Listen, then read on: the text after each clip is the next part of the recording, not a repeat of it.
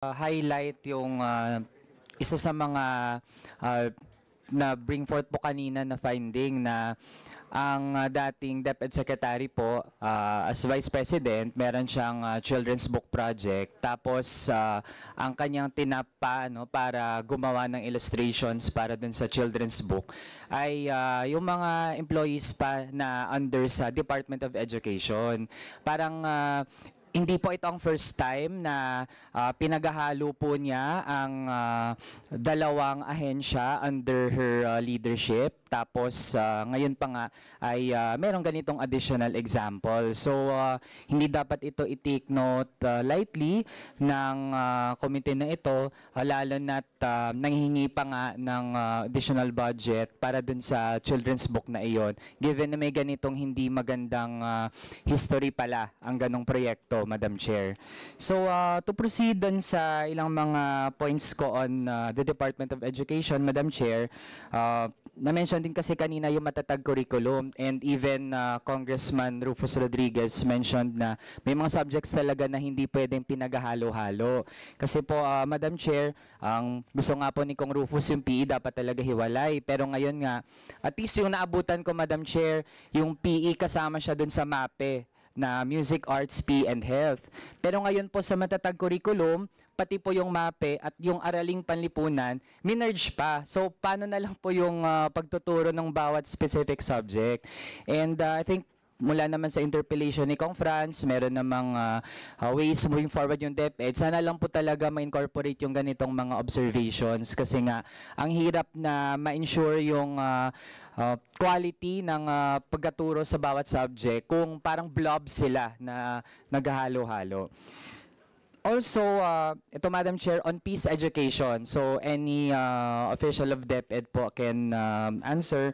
Gusto lang po nating malaman ano po ang objectives at ano po yung meat ng peace education na tinuturo ng department. Salamat.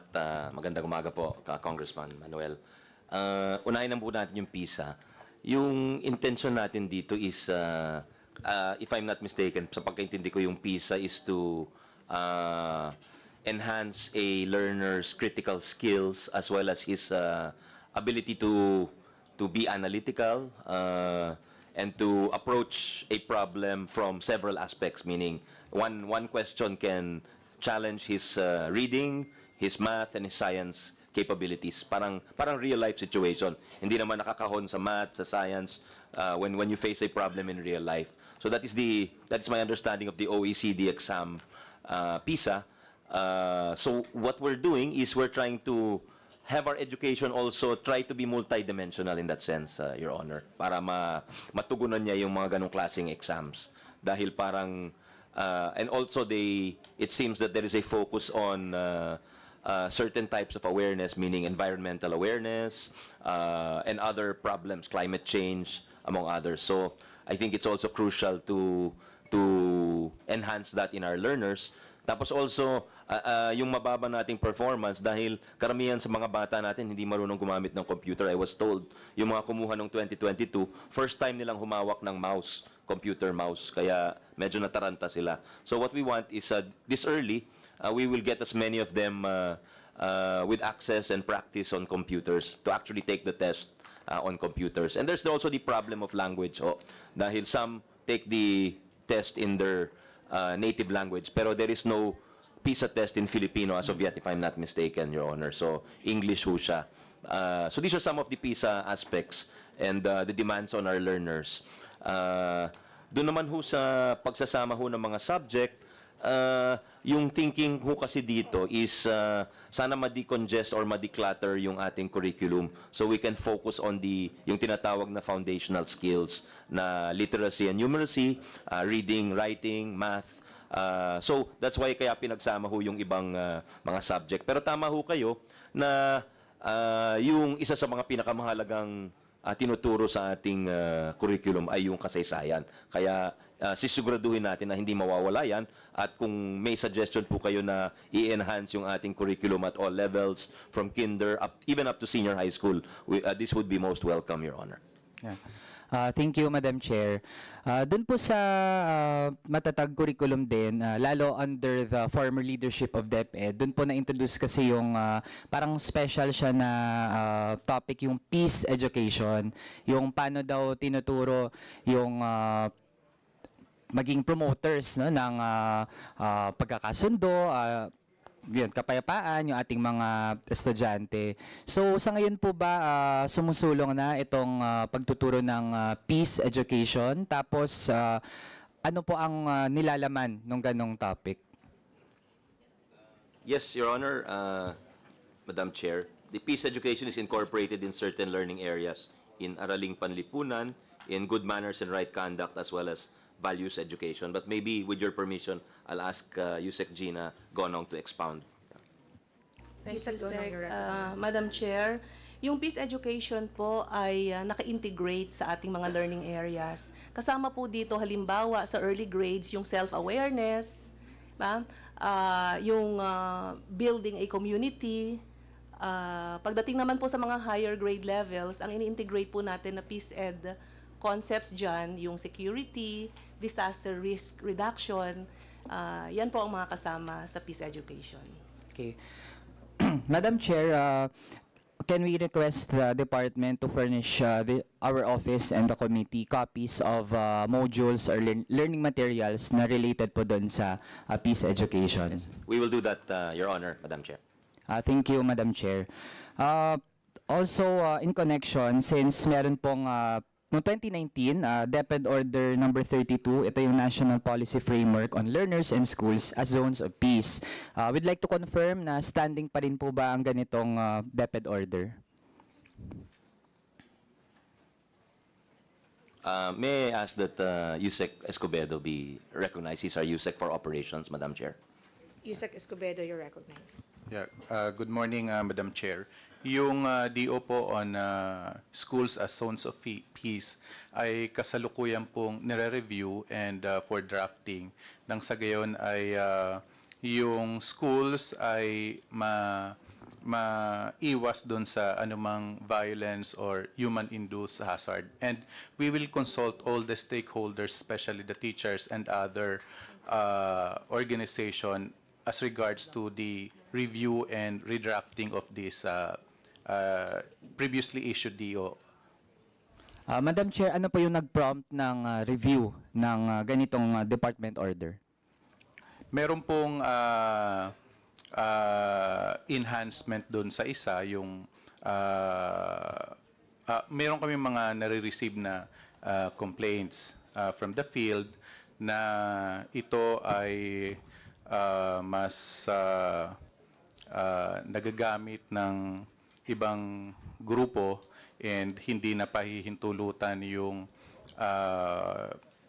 isang grupo na pumasok sa school and other complaints na nare-receive namin sa field. Okay. Madam Chair, kaya po natin ito na tanong in relation din dun sa peace education kasi nga ayaw natin na naabuso ang ganitong mga topics para magamit, no, para kabaligtaran yung maging effect, no, na na-endanger pa yung ating mga students, yung ating mga teachers, and in fact very explicit naman po dun sa current department order na halimbawa kung may mga lessons or kahit pa nga mga seminar, mga forum na para na siya dun sa goals like counterinsurgency, bawal din po yun. So we'd like to ask po ano yung timeline ng review nitong department order. For the review and redrafting, we will, ang tingin namin ay mailalabas yung new DepEd order by December or early part of next year. Okay. Next, Madam Chair, kasi ang mga forum din, mga seminar na nagagamit na talaga siya as platform for the tagging halimbawa, nalaman natin from the COA documents na dito ginamit yung confidential funds ng DepEd for 2023.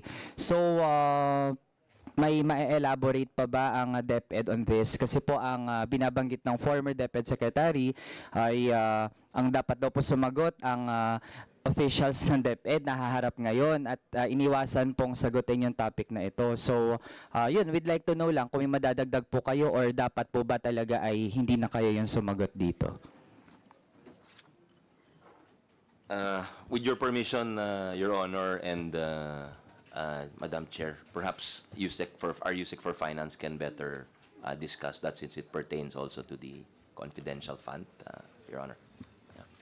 Yeah, recognize. Thank you, Madam Chair.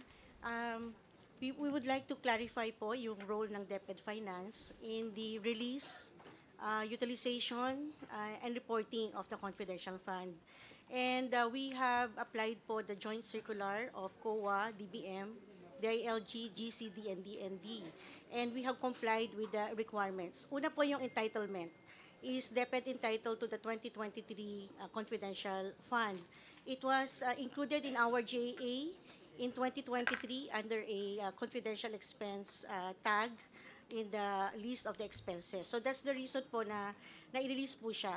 Ang next po is the form of release. We also follow joint circular, cash advance. Naka-identify po doon that the 3 months requirement should be released in quarterly basis, and that the next liquidation should be upon the liquidation of the head of the agency to the chairman of the Commission on Appropriation.